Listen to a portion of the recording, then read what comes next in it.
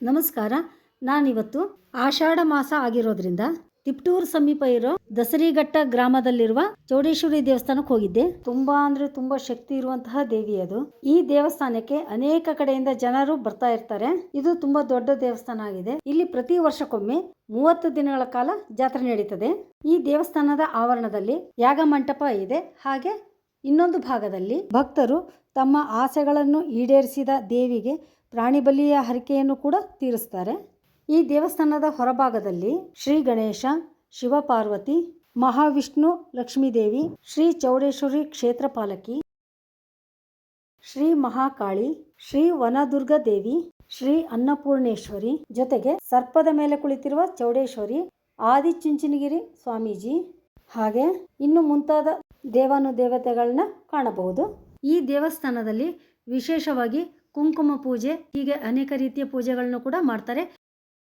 ಇಲ್ಲಿ ಭಕ್ತರು ಕುಂಕುಮ ಪೂಜೆ ಮಾಡಿಸಿದ್ರಿಂದ ಹೂವಿನ ಜೊತೆ ಕುಂಕುಮನು ಸೇರಿ ಭಕ್ತರಿಗೆಲ್ಲ ಕೊಡ್ತಾ ಇದ್ದಾರೆ.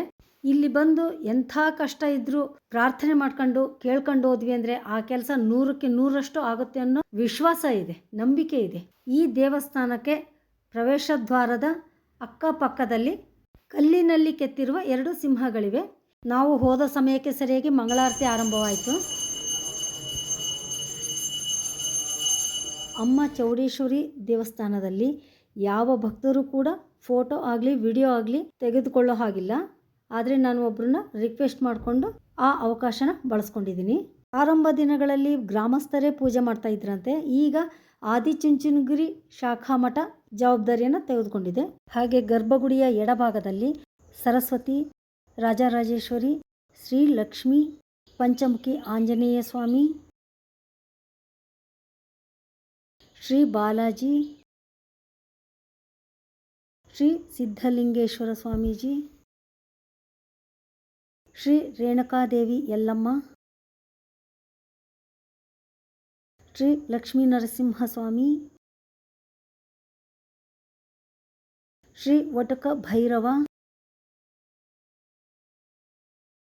ಶ್ರೀ ಸುಬ್ರಹ್ಮಣ್ಯ ಸ್ವಾಮಿ, ಹೀಗೆ ಅನೇಕ ದೇವರುಗಳನ್ನು ಕಾಣಬಹುದು.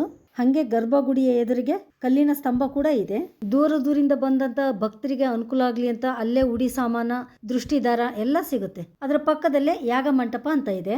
ಅಲ್ಲಿ ಭಕ್ತರಿಗೆ ಚೌಡಮ್ಮ ದೇವಿಯ ಪೀಠದಿಂದ ಭಕ್ತರ ಕಷ್ಟಗಳಿಗೆ ಬರವಣಿಗೆಯ ಮೂಲಕ ಪರಿಹಾರವನ್ನು ಅಮ್ಮನವರು ತಿಳಿಸ್ತಾರೆ.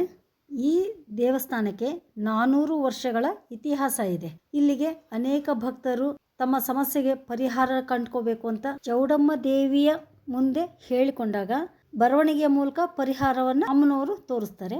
ಹಾಗಾಗಿ ಎಂತಹ ಕಠಿಣವಾದ ಸಮಸ್ಯೆ ಇದ್ರೂ ಕೂಡ ಇಲ್ಲಿಗೆ ಬಂದಾಗ ತಮ್ಮ ತಮ್ಮ ಸಮಸ್ಯೆಗಳಿಗೆ ಪರಿಹಾರವನ್ನು ಕಂಡುಕೊಂಡಿದ್ದಾರೆ. ಈ ದೇವಿ ಸನ್ನಿಧಿಗೆ ಬಂದ ಪ್ರತಿಯೊಬ್ಬ ಭಕ್ತರ ಸಮಸ್ಯೆಗೂ ಪರಿಹಾರ ಸಿಕ್ಕಿದೆ. ಹಾಗಾಗಿ ಇಲ್ಲಿಗೆ ತಮ್ಮ ಸಮಸ್ಯೆಗಳನ್ನ ಹೊತ್ಕೊಂಡು ತುಂಬ ಜನ ಬರ್ತಾನೆ ಇರ್ತಾರೆ. ಪರಿಹಾರ ಆದಮೇಲೆ ಅವ್ರೇನು ಹರಕೆ ಹೊತ್ತಿರ್ತಾರಲ್ಲ ಅದನ್ನು ತೀರಿಸೋಗ್ತಾರೆ. ಹಾಗೆ ಇಲ್ಲಿ ಮನೆ ವಾಸ್ತು, ಅಂಗಡಿ ವ್ಯಾಪಾರ, ಹಾಗೆ ವಾಹನಗಳಿಗೆ ದೃಷ್ಟಿ ತಾಗದಂತೆ ಅಮ್ಮನವರ ಶ್ರೀಚಕ್ರಗಳು ಇಲ್ಲಿ ದೊರೆಯುತ್ತವೆ. ಈ ಕ್ಷೇತ್ರಕ್ಕೆ ಬಂದಂತ ಪ್ರತಿಯೊಬ್ಬ ಭಕ್ತರಿಗೂ ಕೂಡ ಊಟದ ವ್ಯವಸ್ಥೆ ಇದೆ. ಊಟ ಅಂತೂ ಅತ್ಯದ್ಭುತವಾಗಿತ್ತು. ನಾವೆಲ್ಲ ತುಂಬ ಖುಷಿ ಪಟ್ವಿ.